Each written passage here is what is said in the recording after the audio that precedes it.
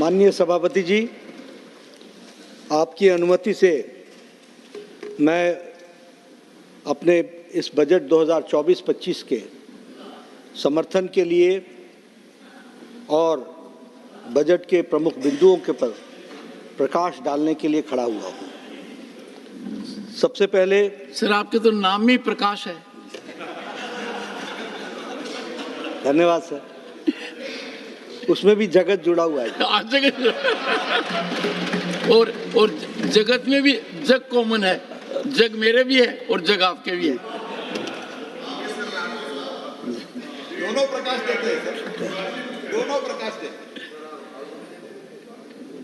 जब मैं इस बजट की चर्चा कर रहा हूं तो मैं सबसे पहले तो माननीय प्रधानमंत्री जी और प्रधानमंत्री जी के नेतृत्व में लगातार तीसरी बार सरकार में आने पर मैं प्रधानमंत्री जी को भी बधाई देता हूं और इस सदन के माध्यम से भारत की जनता को भी धन्यवाद देता हूं।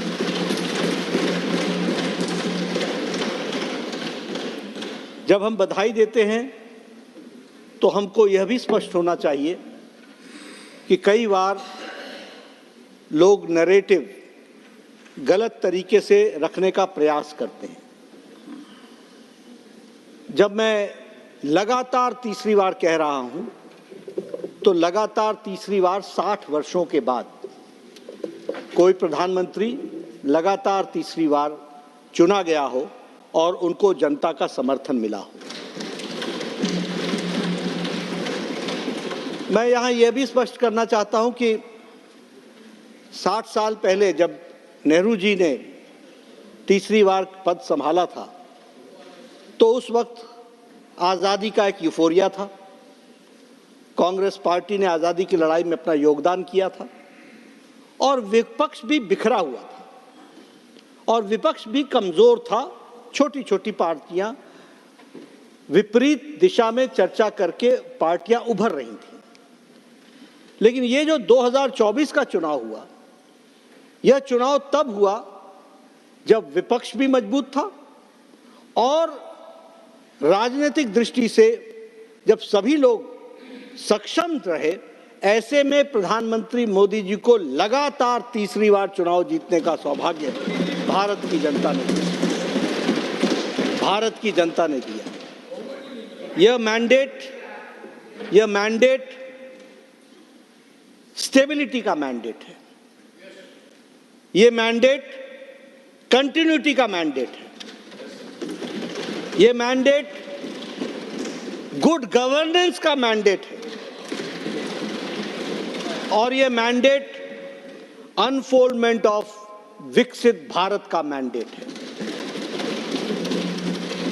मैं आज, क्योंकि जयराम जी ने कुछ प्रश्न उठाने शुरू किए, इसलिए मैं इस पर और आगे नहीं जाता। नहीं तो स्टैटिस्टिक्स में जाऊंगा तो मैं बता पाऊंगा कि कुछ लोग तीसरी बार लगातार कोशिश करने के बावजूद भी 100 का अंक नहीं ले पाए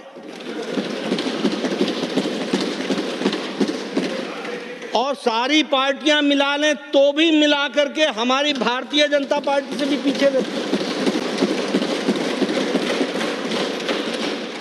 13 राज्यों में 0, गुजरात, छत्तीसगढ़, मध्य प्रदेश में 64 में 2 सीटें, 62 में बीजेपी। तो मैं अगर आंकड़े बताने लगूं तो बहुत बता सकता हूं, लेकिन यह mandate for stability, for continuity, for unfoldment of Viksit Bharat and for good governance and pro poor policies के कारण यह हमारे को यह मैंडेट दिया गया है। ये जो बजट है, यह बजट इंक्लूसिव ग्रोथ का बजट है सभापति जी। यह बजट सस्टेनेबल डेवलपमेंट का बजट है और यह बजट, ध्यान से सुने, इकोनॉमिक रेजिलियंस का बजट है। आज दुनिया की सारी आर्थिक शक्तियां डगमगा रही हैं। दुनिया की सारी विकसित देश की आर्थिक ताकतें, आर्थिक स्थितियां डोलमोल हो रही हैं, लेकिन हम इकोनॉमिक रेजिलियंस के साथ कोविड-19 के पेंडेमिक के बाद अगर खड़े हैं तो यह हमारी इकोनॉमिक रेजिलियंस के बारे में बताता है। This budget is a visionary budget. ये हमारी दोनों आकांक्षाओं को पूरा करता है। एक तो यह हमारे इमीडिएट नीड्स को एड्रेस करता है और दूसरा रोबस्ट फ्रेमवर्क के तहत लॉन्ग टर्म प्रोस्पेरिटी की चर्चा करते हुए उसको आगे बढ़ाता है। यानी दूरंदेशी भी है और वर्तमान की परिस्थितियों से उन चैलेंजेस को एक्सेप्ट करने वाला और उसको एड्रेस करने वाला बजट है। और इसीलिए मैं कहूंगा कि ये 360 डिग्री इंपैक्टफुल बजट है। ये बजट कॉम्प्रिहेंसिव है और इकोनॉमिक सोशल डेवलपमेंट को समर्पित है। ये बजट की प्रायोरिटी क्या है? इस बजट की प्रायोरिटी है इंफ्रास्ट्रक्चर डेवलपमेंट। हमारा इंफ्रास्ट्रक्चर लॉजिस्टिक्स को मजबूत करना, उसकी नींव रखना, टेक्नोलॉजिकल इनोवेशंस, सोशल वेलफेयर और उसके साथ साथ विकसित और सबके लिए समान अवसर देने वाला यह बजट है। इसको भी हमको ध्यान में रखना चाहिए। यह फॉरवर्ड लुकिंग बजट है, आगे देखने वाला बजट है। इसमें पॉलिसीज को एक्सेलरेट किया गया है जो ग्रोथ को बढ़ा सके। यह जॉब्स को क्रिएट करने वाला बजट है। यह एनहांस करता है हमारे भारत को ग्लोबल स्टार्टअप के हब की तरह, इसलिए उसको भी बढ़ाने वाला बजट है। और इस तरीके से एक बजट में सभी तरीके से यह बजट सर्वसमावेशी है, इंक्लूसिव है ग्रोथ में और सबकी चिंता करने वाला बजट है। मैं यहाँ ये भी कहना चाहता हूँ और सबसे इसके बारे में मैं समझता हूँ कि सब लोग सहमत होंगे मेरी बात से। जब हम बजट पर चर्चा करते हैं तो हम विद्वानों की तरह बड़े बड़े टेक्नोलॉजिकल टर्मिनोलॉजीज का उपयोग करते हैं। ये ऊपर बढ़ गया, ये नीचे घट गया, ये दायां चला गया, ये बायां चला गया। और साधारण व्यक्ति के समझ में आए बजट मतलब ये साधारण आदमी का काम नहीं है। यानी कोई इंटेलेक्चुअल हो, कोई इकोनॉमिस्ट हो, वो चार टर्मिनोलॉजियाँ बोले, इसका रेट इतना है, इसका इतना परसेंट है, और उसको जो समझने वाला हो वही बजट का ज्ञाता होता है। लेकिन मैं साधारण भाषा में बजट को बताना चाहता हूँ। बजट चाहे देश का हो, बजट, मैं कई बार इस विषय को बोल चुका हूँ, बजट चाहे देश का हो, चाहे किसी प्रदेश का हो, चाहे किसी कॉरपोरेशन का हो, म्युनिसिपल का, चाहे किसी संस्था का हो, और ध्यान से सुनिएगा मेरी बात, चाहे किसी परिवार का हो, बजट तीन बातों पर निर्भर करता है। आमदनी की ताकत खर्चे को तय करती है, और कहीं घर में, कहीं म्युनिसिपल कॉरपोरेशन में, कहीं प्रदेश में, कहीं देश में लीकेज तो नहीं है, छेद तो नहीं है, कहीं आमदनी और खर्च के बीच में हमारा जो धन है उसमें कोई लीकेज तो नहीं है। इन तीन बातों पर ध्यान देने की आवश्यकता होती है। इसलिए जिसको परिवार का बजट समझ में आता है उसी भाषा में देश का बजट भी हमको समझ में आना चाहिए। और जब मैं ये कहता हूं तो मैं इसको और भी आपके सामने कहना चाहता हूं। साइज ऑफ द इनकम, आपका साइज क्या है? जब आपके आमदनी कम होती है आप साइकिल खरीदते हो, आमदनी बढ़ती है मोटरसाइकिल खरीदते हो, और आमदनी बढ़ती है गाड़ी खरीदते हो, फिर लग्जरी गाड़ी खरीदते हो। किस पर डिपेंड कर रहा है? आमदनी पर, इनकम पर। तो आपकी क्वालिटी ऑफ लाइफ भी इसी बात से तय होती है और देश की भी क्वालिटी ऑफ लाइफ इसी बात से तय होती है। The larger the size of the economy, the larger the benefit of the people. इस बात का डायरेक्ट रिश्ता होता है। इसको भी हमको, and the larger the capacity to spend, ये हमको ध्यान में रखना चाहिए। दूसरा, खर्च जो है उसकी प्रायोरिटी होनी चाहिए। खर्च किस पर हो रहा है? घर पर हम खर्च किस पर करते हैं? जो सबसे कमजोर होता है। घर पर हम खर्च किस पर करते हैं? एसेंशियल चीजों पर खर्च करते हैं। ज्यादा पैसा आता है तो थोड़ा एक्स्ट्रावेगेंजा हो जाते हैं। हम कंफर्ट्स पर चले जाते हैं, उससे ज्यादा पैसा आ जाता है, हम लग्जरी पर चले जाते हैं। लेकिन खर्च की प्रायोरिटी हमको तय करनी पड़ती है, और वह प्रायोरिटी को तय करना वह भी एक रेजिलियंस ऑफ इकोनॉमी की बहुत बड़ी शर्त है। और इसीलिए मैं कहूंगा कि लीकेज प्रूफ और लास्ट माइल डिलीवरी एश्योरेंस ये बहुत जरूरी है। मैं शब्द कांग्रेस नहीं लूंगा, लेकिन लंबे समय तक जो लोग देश पर राज करते रहे, उन्होंने इन बातों पर कारगर कदम नहीं उठाए और ठोस कदम नहीं उठाए जो ठोस कदम उठाए जाने चाहिए थे। और इस कारण से आमदनी और लीकेज का बहुत गहरा रिश्ता रहा। एक समय में एक प्रधानमंत्री ने कहा कि मैं 1 रुपया भेजता हूं, 85 पैसा बीच में ही खर्च हो जाता है, 15 पैसा ही पहुंचता है। अब उसके बाद आप बजट की जितनी बात कर लो, वो देश के कितने हित का था वो हमको समझ में आ जाता है। आंकड़ों से देश नहीं चलता, उसके लीक प्रूफ व्यवस्था के साथ last mile delivery is important. और इसीलिए मैं ये कहूंगा कि आज प्रधानमंत्री मोदी जी के नेतृत्व में डायरेक्ट बेनिफिट ट्रांसफर को डिजिटल इंडिया बनाने का काम किया गया, और उसके माध्यम से और इस कारण से 37 लाख करोड़ रुपए आज भारत के आम नागरिक के खाते में डालने का काम प्रधानमंत्री मोदी जी। और उसी तरीके से लीकेज पर रोक रखने के कारण 5 करोड़ फेक राशन कार्ड समाप्त हुए। 5 करोड़ कैसे चलता होगा देश? ये बजट से जुड़ा हुआ विषय है। 4 crore fake beneficiaries of LPG subsidy थी, वो बंद हुई। 7 करोड़ मनरेगा में बोगस नाम थे। 7 करोड़, संख्या जोड़िए। कहां बढ़ता देश, कहां जाता देश, कैसे बढ़ता देश? कितना भी कमा लो। हाँ, ऑथेंटिकेट करूंगा। जी जी जी, मैं ऑथेंटिकेट। यस यस, अगेन मैं सब कुछ जयराम जी, मैं सब कुछ माय गॉव से लेके आया हूं। नहीं,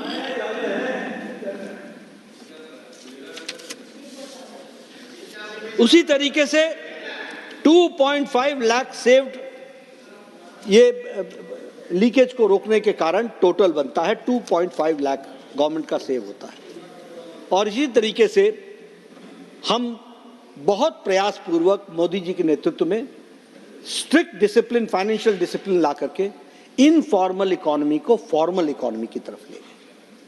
आपने सुना होगा ये शब्द चलते थे, कितना ऊपर से दोगे, कितना अंदर से दोगे। ये साधारण शब्दावली थी। कितना कैश में दोगे, कितना चेक में दोगे, ये साधारण शब्दावली थी। This was the order of the day. कितना अंडर हैंड होगा, कितना ओवर हैंड होगा, ये शब्दावली थी। आज मुझे खुशी है ये बताते हुए कि हमारी फॉर्मल इकोनॉमी बढ़ी है। और फॉर्मल इकोनॉमी की जब हम बात करते हैं तो उसके कारण फॉर्मल इकोनॉमी के स्ट्रक्चर में ज़्यादा से ज़्यादा लोग आए हैं। आपने 1973 में बैंक्स को नेशनलाइज किया। मेरे आंकड़े सही नहीं हो सकते हैं, 3.25 करोड़ से लेकर के 6 करोड़ के आसपास लोग अकाउंट होल्डर्स थे। आज जनधन योजना के तहत 50 करोड़ लोग आज बैंक अकाउंट होल्डर्स हैं, और 50 करोड़ के होने के कारण आज उनको डायरेक्ट बेनिफिट ट्रांसफर तो मिल ही रहा है।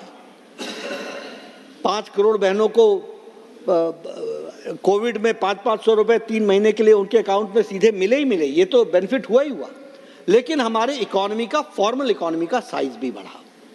और उसके कारण आज मैं आपके सामने कहना चाहता हूं कि आमदनी के स्रोत को देखें तो टैक्स का कलेक्शन जो है, फॉर्मल इकोनॉमी अग्रसर होने के तहत टैक्स कलेक्शन जो 2014 में 6.3 लाख करोड़ था, वह आज 23.37 लाख करोड़ है। यह है बढ़ी हुई इकोनॉमी। 6 करोड़ टू 23 करोड़, 6 लाख करोड़ से 23 लाख करोड़ पहुंचा। हमारा जीएसटी का कलेक्शन जो 2017-18 में शुरू हुआ, हम चाहते थे कि उस दिन उस रात हमारे विपक्ष के लोग भी बैठते और वो प्रणब मुखर्जी के साथ वो भी बटन दबाते और जीएसटी का टैक्स शुरू होता, लेकिन नहीं हो पाया। उस समय टैक्स का कलेक्शन जीएसटी का 7.9 लाख करोड़ था, आज 20.18 लाख करोड़ है। और इसी कारण से, उसी तरीके से हमारा फिस्कल डेफिसिट वह आज 5.6% पर आकर के पहुंच गया है और सेंट्रल फिस्कल डेफिसिट टारगेट जो है वो ईयर एंडिंग 2025 तक प्रोजेक्टेड है 4.9% ऑफ द जीडीपी। तो इसलिए हम जो फिस्कल डेफिसिट है उसको संभालते हुए इस बजट का 4.9% फिस्कल डेफिसिट जाएगा और हम लोगों की सेवा के दृष्टि से आगे बढ़ने वाले हैं। अब इसका फायदा क्या होता है? इसका फायदा होता है बिग टिकट प्रोग्राम, क्योंकि जब आमदनी बढ़ती है और प्रायोरिटी क्या होती है कि जो marginal section of the society बैठा है उसको मदद करना। बिग टिकट प्रोग्राम क्या होता है? और बिग टिकट प्रोग्राम की जब मैं बात करता हूं तो आयुष्मान भारत, मुझे सौभाग्य है उस स्कीम से जुड़ने का। मैंने पहले भी कहा था सभापति जी, मैं आपके साथ और सदन के साथ शेयर करना चाहता हूं। दुनिया में एक टर्मिनोलॉजी चली हुई थी यूएचसी, यानी जो यूएचसी बोले वो बड़ा प्रोग्रेसिव। जब मैं वर्ल्ड हेल्थ असेंबली में गया 2015 में तो ऐसा लगा कि जैसे यूएचसी पर चर्चा ना करूं तो वो देश किसी काम का नहीं। यूनिवर्सल हेल्थ कवरेज की बात होती थी और हमें खुशी है कि 2017-18 में प्रधानमंत्री मोदी जी के नेतृत्व में और यूनिवर्सल हेल्थ कवरेज का सबसे बड़ा world's largest health coverage programme Ayushman Arogya Bharat बना और 55 करोड़ पीपल, 12 करोड़ हमारे फैमिलीज, उनको 5 लाख रुपए का हेल्थ कवर सालाना देने का तय हुआ और उसको आगे बढ़ाने का प्रयास हुआ। प्रधानमंत्री गरीब कल्याण अन्न योजना, ये 80 करोड़ की जनता को 5 किलो गेहूं या 5 किलो चावल, 1 किलो दाल देने की व्यवस्था। फर्क क्या पड़ा? मैं नहीं बोल रहा हूं, इंटरनेशनल मॉनेटरी फंड बोल रहा है, IMF बोल रहा है कि भारत की गरीबी की रेखा के नीचे रहने वाले 25 करोड़ लोग आज गरीबी की रेखा से निकल आए हैं। यह उसका फर्क है। मैं नहीं बोल रहा, IMF बोल रहा है कि the India's extreme poverty has been reduced to less than 1%, 1% से भी नीचे आ गया है। ये आंकड़े आते हैं। उज्ज्वला योजना की बात करें, 10 करोड़ गैस कनेक्शन दिए गए। वर्ल्ड हेल्थ ऑर्गेनाइजेशन बोलता था कि लगभग 5 लाख महिलाएं, बहनें जिनकी मृत्यु होती है वो अनक्लीन कुकिंग गैस के कारण होती है, कुकिंग फ्यूल्स के कारण होती है, उनके फेफड़े खराब हो जाते हैं। आज हेल्थ इंडिकेटर्स बता रहे हैं कि पल्मोनरी डिजीजेस कम हो रही हैं और महिलाओं में कम हो रही है। ये एम्पावरमेंट ऑफ विमेन हुआ। और क्या है संख्या? 10 करोड़। उसी तरीके से उजाला योजना, LED बल्ब्स। अब कई बार लोग तो बोलते हैं मिडिल क्लास का क्या हुआ, मिडिल क्लास का क्या हुआ। 20,000 करोड़ रुपीस का बिल में कमी आ गई। उसी तरीके से 47.78 million kilowatts energy per annum बचाई गई, ये LED बल्ब्स। और LED बल्ब्स कितने फ्री डिस्ट्रीब्यूट हुए? 36 करोड़ बल्ब्स डिस्ट्रीब्यूट हुए। उसी तरीके से सौभाग्य योजना, मैंने पिछली बार भी कहा था, मैं सिर्फ इतना ही कहना चाहूंगा कि नए घरों में 2 करोड़ 60 लाख घरों को नए गैस के कनेक्शन दिए गए, नए बिजली का कनेक्शन दिया गया और 16,320 करोड़ रुपीस उसमें खर्च हुए। तो पैसा है आया, कलेक्शन हुआ, गरीबों के लिए लगा, marginal section of the society के लिए लगा। आवास योजना की बात हम पहले कर चुके हैं, 4 करोड़ घर बना चुके हैं।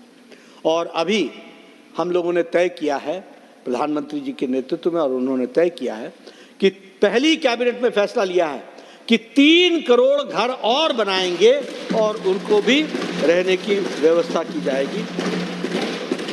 जल जीवन मिशन की बात करें तो 11 करोड़ टैप के कनेक्शन लगे और IIM बैंगलोर का कहना है कि around 2 crore jobs will be generated इसके ऑपरेशन के स्टेज पर 2 करोड़ जॉब्स सिर्फ जल जीवन मिशन में ही क्रिएट होंगे, ये बात कही जाती है। और amount spent is 2.68 lakh crore रुपए खर्च हो चुका है। उसी तरीके से किसान योजना, अब बिग टिकट की बात करें तो हमें याद है और उस समय कहा भी गया था, agriculture debt waiver and debt relief scheme ये लाई थी 2008 में। अमाउंट क्या था? 52,000 करोड़। ये अमाउंट था 52,000 करोड़। मैंने चेक किया, मैं पहले 72 ही बोल रहा था, लेकिन फिर मैंने चेक किया, ये agriculture debt waiver and debt relief scheme के आगे 52,000 करोड़ लिखा है। तो 52 ठीक है, 72 भी मान लेते हैं, मैं आपकी बात ही मान लेता हूं, लेकिन हम चैंपियन हो गए किसानों के 53,000 करोड़ रुपए दे करके, लेकिन प्रधानमंत्री किसान सम्मान निधि के बारे में चर्चा नहीं कर रहे हैं।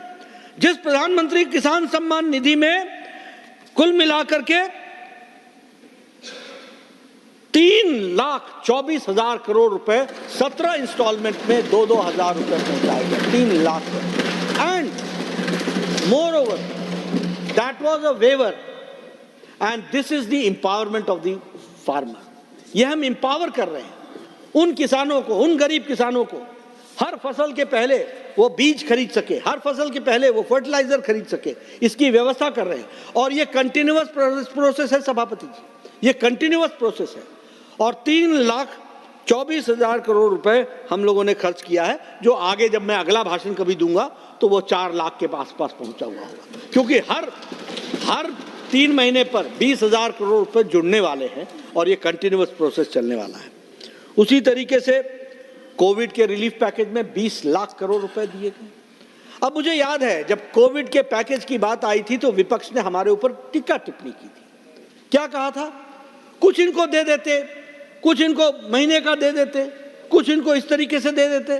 प्रधानमंत्री मोदी जी ने कहा था, this is an we will convert a pandemic into an opportunity. आपदा को हम अवसर में बदलेंगे। और जब वो 20 लाख करोड़ रुपए दिए गए तो वो दिए गए एम्पावरमेंट के लिए, empowerment of the farmers, FPOs 1 lakh crore रुपए दिया गया, empowerment of the MSME sector, उसके लिए काम किया गया। और उस समय हमें कहा गया था this is a financial hoax. लेकिन मैं ये बताना चाहता हूं सभापति जी कि आज जो कोविड के बाद दुनिया की इकोनॉमीज, देश की विकसित देशों की इकोनॉमी डगमगा रही हैं और हम ब्राइट स्पॉट की तरह चमक रहे हैं, उसका कारण है कि उस समय की पैकेज ने हमारे को एम्पावरमेंट को आगे बढ़ाने की। इसलिए बिग टिकट प्रोग्राम और फॉर्मलाइजेशन ऑफ इकोनॉमी और ये लीकेज प्रूफ, तीनों ने हमको एम्पावर किया है और हमने जस्टिस सबके साथ करने का प्रयास किया है और उसको आगे बढ़ाने का प्रयास किया है। मैं यहाँ जब बजट पर चर्चा कर रहा हूँ तो मैं न्याय नहीं कर पाऊंगा, जस्टिस नहीं कर पाऊंगा अगर मैं सिर्फ निर्मला सीतारमण जी के 23 जुलाई के भाषण के बारे में हम चर्चा करें। 23 जुलाई एक पार्ट है उसका, एक पार्ट उसका 2024 का 1 फरवरी है जो इंटरिम बजट पेश हुआ था। इन दोनों को मिला करके देखेंगे, क्योंकि 5 महीने का बजट हम पास कर चुके थे, अब ये अगले 5-6-7 महीने का बजट है जिसको हम आगे लेकर के आ रहे हैं। और इसलिए जब हम बात करते हैं तो न्याय करने के लिए, जो मैं कहता हूं ये मैंडेट कंटिन्यूटी के लिए है, स्टेबिलिटी के लिए है, तो 10 साल पहले से जो कार्यक्रम चलाए गए उसकी स्टेबिलिटी और कंटिन्यूटी में ये बजट 2024-25 का है, उसको भी हमको समझ लेना चाहिए। और इसके लिए मैं ये कहना चाहूँगा कि हमारा फोकस ज्ञान पर रहा। ज्ञान मीन्स जी फॉर गरीब, Y for youth, A for अन्नदाता और एन फॉर नारी शक्ति।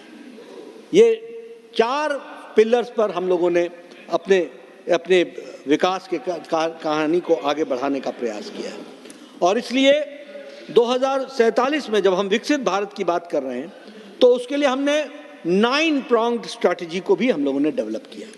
और वो 9 pronged स्ट्रैटेजी जो है वो है, पहला productivity and resilience in agriculture, दूसरा एम्प्लॉयमेंट एंड स्किलिंग, तीसरा inclusive human resource development and social justice.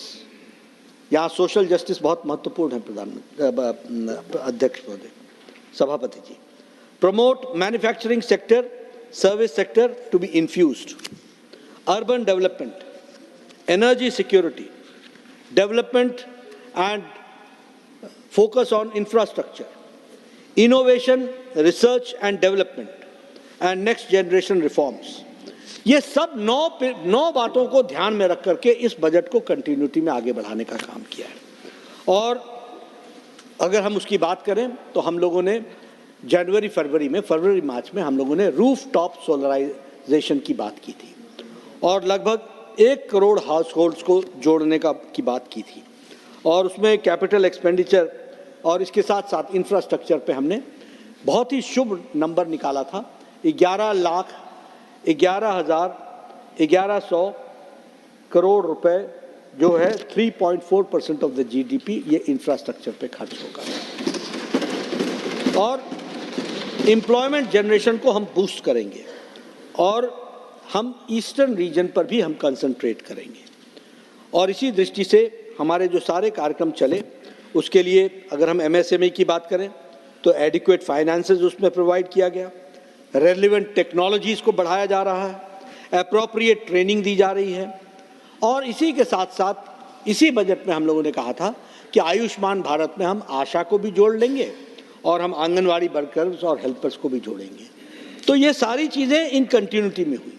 3 crore लखपति दीदी बनाने का भी हम लोगों का संकल्प रहा, उसको भी हम लोगों ने आगे बढ़ाया और मेट्रो रेल और नमो रेल इनको भी हम आगे बढ़ाएंगे। इन बातों को हमने कहा। इंटरिम बजट में ही हम लोगों ने कहा था और उसी के कंटिन्यूएशन में सूर्य घर बिजली योजना में 1.2 करोड़ रजिस्ट्रेशंस हो चुकी हैं और 14 लाख एप्लीकेशंस को हम लोग ने स्क्रूटनी करके उनको आगे बढ़ाया है और यह काम 3 करोड़ तक करने का हमारा निश्चय है। उसी तरीके से प्रधानमंत्री ग्रामीण सड़क योजना, मैं बार बार उस समय भी कहता था, अभी भी कहता हूँ, हमें समझना होगा पॉलिसी मेकिंग में बजट का क्या इंपॉर्टेंस है। और मैं एक एग्जाम्पल से आपको बताता हूँ। 1993 में जब मैं विधायक बना तो उस समय पीडब्ल्यूडी के बजट में एक बात तो उस समय मेरी कंस्टिट्यूंसी में 85% गांव सड़क से जुड़े हुए नहीं जुड़े हुए 85%। और उस समय बजट की व्यवस्था क्या थी कि पीडब्ल्यूडी को बजट आता था, वो किसी हेड्स के तहत सब डिवाइड हो जाता था और एक्सीएन एग्जीक्यूटिव इंजीनियर हमारे पास आते थे और वो हमसे कहते थे कि आप अपने प्रायोरिटी बता दो और उन प्रायोरिटीज़ पर हम खर्च करेंगे। बजट कुल मिलाकर के 40 लाख होता था, बहुत हल्ला कर ले तो 80 लाख तक पहुंचता था। हमारी अगर 80 सड़कें हैं तो 1-1 लाख सब में पड़ जाता था। अब आप सोचिए पहाड़ में 1 लाख में सड़क क्या बनेगी। तो हम जब एक्सीएन से पूछते थे तो एक्सीएन बोलता था, एक्सीएन मीन्स एग्जीक्यूटिव इंजीनियर, वो बोलता था कि आप इसको कंसंट्रेट करके 2-3 सड़कों पर लगा दो। तो हम कोई 20 लाख 30 लाख की 2 सड़क तो 1.5 किलोमीटर निकल गई, 1 किलोमीटर निकल गई। ये दिस वाज द स्पीड। अब 2014 के बाद स्पीड स्केल की जब बात करते हैं और उसके पहले की बात जब हम अटल बिहारी वाजपेयी जी की करते हैं तो पहली बार प्रधानमंत्री ग्रामीण सड़क योजना आई और फुल प्रूफ स्कीम आई और इस स्कीम के तहत road from the starting point two the end point एक साथ इसकी बजटिंग की गई इन वन गो और हर कंस्टिट्यूएंसी में ऐसे लगभग 10-10, 20-20 ऑल वेदर रोड की बजटिंग हुई। और आपको जानकर के खुशी होगी 5 साल के अंदर प्रधानमंत्री ग्रामीण सड़क योजना के आने के बाद हमारे यहाँ हमारी कंस्टिट्यूएंसी में सिर्फ 5% सड़क छूट गई, 95% सड़कें जो गांव सड़क से जुड़ गए। ये फर्क है। और जब मैं आपको इसके बारे में चर्चा कर रहा हूं और प्रधानमंत्री ग्रामीण सड़क योजना के बारे में चर्चा कर रहा हूं तो मैं आपको बताना चाहता हूं कि ग्रामीण सड़क योजना में 25,000 हैबिटेशंस को इस साल जोड़ने का बजट में तय किया है। और आपको जानकर के खुशी होगी कि पीएमजीएसवाई में 1,56,000 गांवों को ऑल वेदर रोड से जोड़ दिया गया है। ये बदलता भारत है, इसको भी हमको समझना। उसी तरीके से पूर्वोदय में ईस्टर्न रीजन में बिहार, झारखंड, वेस्ट बंगाल, उड़ीसा, आंध्र प्रदेश, इनके लिए विशेष योजनाओं को आगे बढ़ाया गया है और स्पेशल अटेंशन एमएसएमई सेक्टर को दिया गया है। और प्रमोशन के लिए क्रेडिट गारंटी स्कीम को आगे बढ़ाया गया है। न्यू असेसमेंट मॉडल बनाया गया है एमएसएमई के लिए। क्रेडिट सपोर्ट के लिए हम बजट में प्रावधान किया गया है ताकि हम अपना स्ट्रेस पीरियड में हम उनको सपोर्ट कर सकें। और स्ट्रक्चरल रिफॉर्म्स के तरफ ध्यान दिया गया है, इसको आगे बढ़ाया गया है।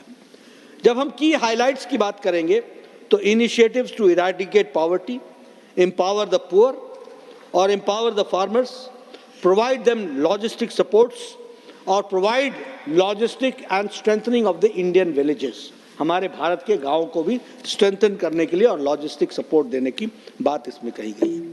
फोकस है जॉब क्रिएशन पर। Employment linked incentive scheme will create crores of new jobs across the country. इसके लिए इसमें विशेष करके फोकस ऑन स्किल्स डेवलपमेंट पर जोर दिया गया है। बूस्ट ऑन एग्रीकल्चरल प्रोडक्टिविटी पर जोर दिया गया है। मैन्युफैक्चरिंग सेक्टर को सपोर्ट करने की बात इस बजट में कही गई है। Service sector is to be boosted और उसी तरीके से डिजिटल पब्लिक इंफ्रास्ट्रक्चर के एप्लीकेशन को भी प्रोत्साहित किया जाएगा। ये बजट के मूल प्रावधानों को रखा गया है। अब मैं यहाँ ये भी बताना चाहता हूँ, क्योंकि मैं अपने को अपने से पीठ थपथपाऊं ये उचित नहीं है, लेकिन दुनिया अगर बोलती है तो उसको हमको समझना चाहिए। और जब मैं दुनिया की बात कर रहा हूँ तो इकोनॉमिक सर्वे ऑफ इंडिया वो कह रहा है कि comfortable foreign exchange reserves and there is a stable exchange rate, ये वो कह रहे हैं। और उसी तरीके से IMF कह रहा है India is now from fragile economy to a bright spot. ये हम नहीं, क्योंकि हम लोग आपस में बोलते रहे उसका कोई फायदा नहीं होता। दुनिया क्या बोलती है वो महत्वपूर्ण है। IMF हमको कैसे बोलता है, IMF में पास जब हम जाते हैं तो हमसे 4 बातें पूछ करके बोलता है, you have done this very good very good very good, how you have done, please demonstrate, please tell us. आज ये स्थिति हो गई है। और एक समय ऐसा था IMF ऐसे बैठाते थे, हाँ yes what you have to say, अच्छा what projects you have brought, let us see, we will examine and let you know. भारत को देखने का तरीका बदल गया। आज हमसे पूछ रहे हैं कि तुमने ये परिवर्तन कैसे लाया, ये क्यों ये परिवर्तन आया, कैसे आया, ये बोलते हैं। और वही हमको एक समय कुर्सी पर बैठा करके पूछते थे, अच्छा तुम्हारी डिमांड क्या, हम स्टडी करके बताएंगे। वो आज हमको बता रहे हैं। अब सब लोग ने कहा है कि हम 5th लार्जेस्ट इकोनॉमी पहुंच गए। ये छोटी घटना है क्या? 11वें नंबर पर हम खड़े थे। पिछले 10 सालों में यानी 2009 3 से 4 से लेकर के 14 में हम 2 नंबर खिसके और हम छलांग लगा करके 11वें से, और किसको पछाड़ा है? ब्रिटेन को, जिसने हमको 200 साल राज किया, उसको पछाड़ करके हम आज 5वीं नंबर की अर्थव्यवस्था में। और हम संतुष्ट नहीं हैं, हमें 3रे नंबर की अर्थव्यवस्था पर जाना है और वह आप सबके सहयोग से जाना है। आपका भी सहयोग मिलेगा, इस बात का मुझे विश्वास है। मॉर्गन स्टैनली क्या बोलते हैं? India is different from 2013। Moody's क्या कहते हैं? GDP growth forecast increase is projected for the year 2024 to 8%. Growth rate, IMF economic outlook growth projections क्या बोलता है? मैंने पिछली बार भी बताया था, बार बार इसलिए बताना चाहता हूं क्योंकि हमको जब हम economy is always in comparison के टर्म्स में उसको देखना चाहिए, हम कंपेयर करना चाहिए। USA का ग्रोथ रेट आज जो प्रोजेक्टेड है 2.7%, जर्मनी 0.2%, फ्रांस 0.7%, जापान 0.9%, UK 0.5%। ये सारे नाम मैंने वो लिए जो विकसित देश हैं, और इंडिया 6.8%। ये हमारा ग्रोथ रेट है और हम वर्ल्ड के इकोनॉमी में 15% कंट्रीब्यूट कर रहे हैं। और हमारी services purchasing managers index that has risen to 61.1 और मैन्युफैक्चरिंग परचेजिंग मैनेजर्स इंडेक्स में वो इंक्रीज होकर के 58.5% पहुंच गया है। नेट फाइनेंशियल वेल्थ परसेंटेज हमारा GDP का आज 97% पहुंच गया है और इलेक्ट्रॉनिक्स मैन्युफैक्चरिंग हमारा 6 गुना बढ़ा है। हमारे इलेक्ट्रॉनिक एक्सपोर्ट 70,000 करोड़ रुपीस के बढ़े। और इसी तरीके से हम मोबाइल की बात करें, at one point of time mobile 92% of the mobiles were imported.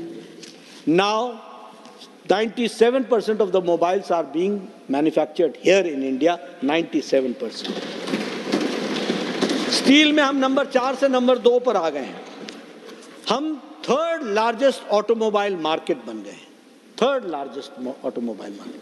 Automobile market के बारे में, जिसके बारे में राधा मोहन अग्रवाल जी ने भी उस दिन चर्चा की, मैं बताना चाहता हूँ।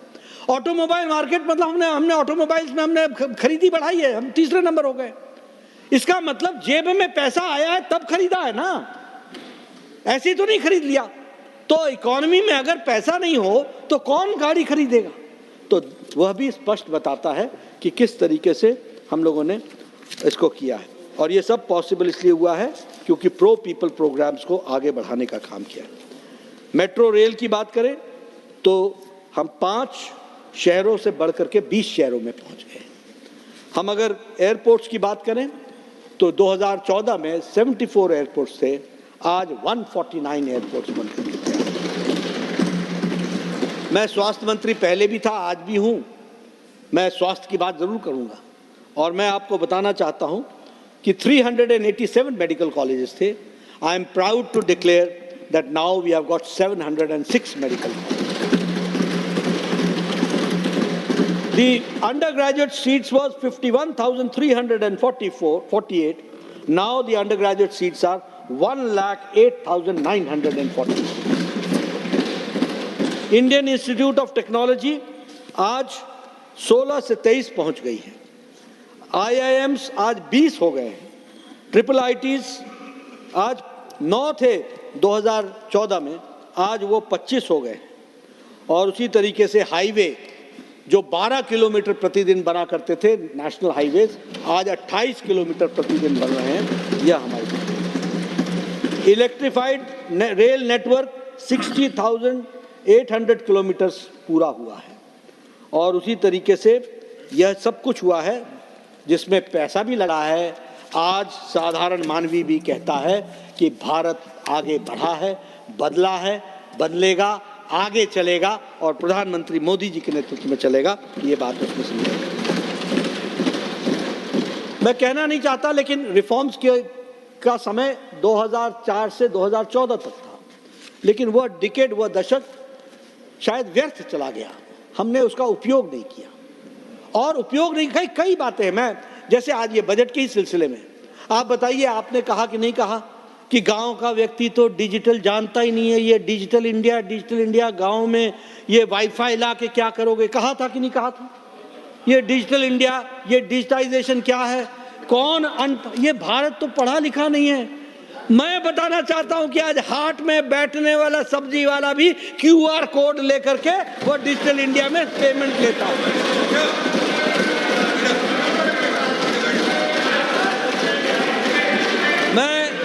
मैं आपको बताना चाहता हूं कि कॉमन सर्विस सेंटर लाखों के हिसाब से, ये तो लाखों के हिसाब से गांव में बैठ जाइए राजीव जी, गांव में लाखों के हिसाब से कॉमन सर्विस सेंटर खुले हैं। और लाखों मतलब 2 लाख 1.5 लाख से ऊपर कॉमन सर्विस सेंटर खुले हैं और वहां यूथ उस कॉमन सर्विस सेंटर में बैठ करके ऑनलाइन कर रहा है। आज गांव में बैठा हुआ किसान अपनी ई नाम्स के मंडी से जुड़ करके वो किस दुनिया के और देश के, आप किसानों की बात करते हैं और स्कीम की बात करते हैं और किसानों के डिमांड्स की बात करते हैं। आज किसान कहां पहुंच गया है, कहां उसको पीछे बैक गियर में डालने का कोशिश कर रहे हैं आप।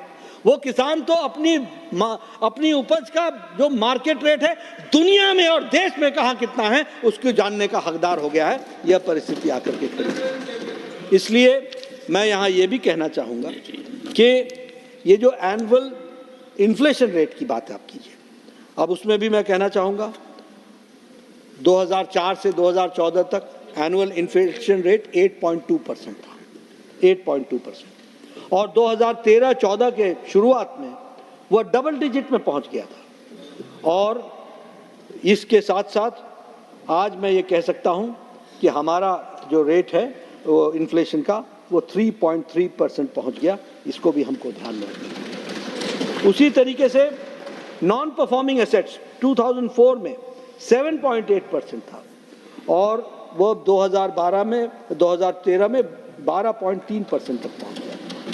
एक्सटर्नल कमर्शियल बोरोइंग जो थी ईसीबी, वह यूपीए के टाइम में कंपाउंडेड एनुअल ग्रोथ रेट 21.1% था और आज एनडीए के में एनुअल जो है वो 4.5% पहुंच गया है, उसको कंट्रोल किया गया। Capital expenditure during NDA regime पहले वाजपेयी जी के टाइम पे 31% था और बाद में वो रिड्यूस होकर के 16% हो गया यूपीए के टाइम में, और आज मोदी जी के गवर्नमेंट में वो 28% पर आकर के।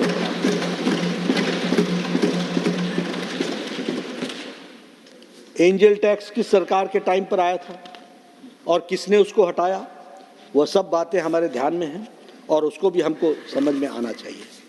मैं यहाँ एक बात ज़रूर कहूँगा, कुछ ट्विटर पर मैंने देखा, अब कई बालक बुद्धि पर हम कुछ कहना नहीं चाहते, लेकिन ट्विटर पर मैंने देखा ये उद्योगपतियों का बजट है, एक ही दिन एक ही ट्वीट में ये उद्योगपतियों का बजट है, ये कांग्रेस का मैनिफेस्टो है, ये कॉपी पेस्ट है और ये बजट खराब है। अरे आप बोलना क्या चाहते हो भाई?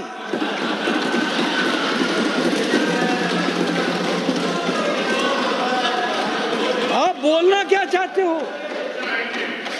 ये हमारे समझ में नहीं आ रहा है। उद्योगपतियों का बजट है, कॉपी पेस्ट है, तो आपने पेस्ट किया उद्योगपतियों का, फिर कहा खराब है, तो आपका खराब है। क्या बोलना चाहते हैं, क्या बताना चाहते हैं, मेरे समझ में नहीं आता। लेकिन हाँ, अब देखिए, अब अमृत काल में इंटरिम बजट क्या है? Economic policies that sustain growth, facilitate inclusive development and create opportunities for all. मैंने पहले भी कहा, नेक्स्ट जनरेशन रिफॉर्म्स और प्रमोटिंग एमएसएमई सेक्टर को बढ़ाने वाला है। अभी हर एक जगह से चर्चा चल रही है बजट से, क्योंकि बजट में कुछ लोग राजनीतिक बातें कर देते हैं। फिर मैं एक पार्टी का अध्यक्ष भी हूं और सबसे बड़ी पार्टी का अध्यक्ष हूं, तो मेरी जिम्मेवारी बनती है। आजकल कुछ लोग ओबीसी के चैंपियन बन गए हैं, अच्छी बात है, देर आए दुरुस्त आए, लेकिन कॉपीराइट मत रखो अपने पास। आप ओबीसी के चैंपियन कब से बन गए? कब से आपने? और देखो क्या होता है, मैंने पहले भी कहा था कि ये जो ट्यूटर्ड स्टेटमेंट्स होती है ना, जो ट्यूटर लेते हैं, यानी जिनकी ट्यूटरिंग होती है, उनको ट्यूटरिंग पूरी करनी चाहिए। आधी अधूरी करते हैं तो दिक्कत पड़ती है। अब मैं ही पूछता हूं, काका कालेलकर की रिपोर्ट किसके समय आई थी? मैं जानना चाहता हूं कि मंडल कमीशन की रिपोर्ट किसके समय आई थी और वो कहां पड़ी थी, किस कबर्ड में पड़ी थी केंद्र सरकार के, कहां उसको धूल लग रहा था और कहां उस पर चर्चा हुई थी। और इसके साथ साथ मैं ये भी कहना चाहता हूं कि हमारे मंडल कमीशन के रिपोर्ट पर क्या कहा था राजीव गांधी जी ने लोकसभा में सितंबर 6 को, क्या कहा था? One man's obstinacy, Mandal commission report is one man's obstinacy. और फिर आगे कहा, the Congress under the leadership of Indira Gandhi had raised the slogan न जात पे न पात पे। आज वोटों की खातिर इतने आप ललायत हो गए हैं कि आपको आज आप ओबीसी के चैंपियन बनने लगे हैं, आप भूल गए। मैं ऐसे ही आपसे पूछना चाहता हूं, आप बताइए, आप कांग्रेस पार्टी में आपके वर्किंग कमेटी में कितने ओबीसी हैं? आप बताइए कि आपके राजीव गांधी फाउंडेशन के बोर्ड में कितने ओबीसी हैं, कितने एससी हैं, कितने एसटी हैं?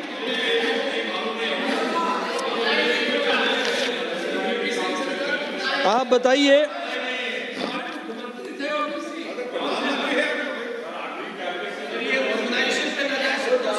ये जो नेशनल एडवाइजरी कमेटी थी यूपीए के टाइम में, नेशनल एडवाइजरी कमेटी, इसमें कितने ओबीसी एसटी एससी थे?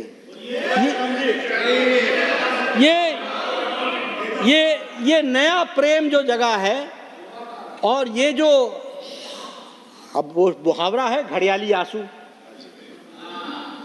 अब वो मुहावरा क्या कहे, वो घड़ियाली आंसू बहाने से काम नहीं चलता है। ओबीसी के साथ जीना पड़ता है। ये दिखा करके काम नहीं चलता है।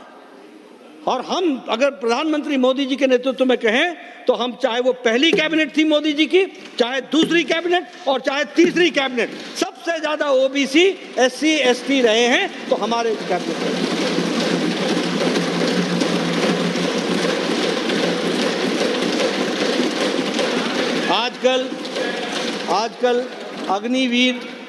आजकल अग्निवीर पर अग्नि लगी हुई है, बहुत ज्यादा उसमें भी पॉलिटिक्स हो रही है।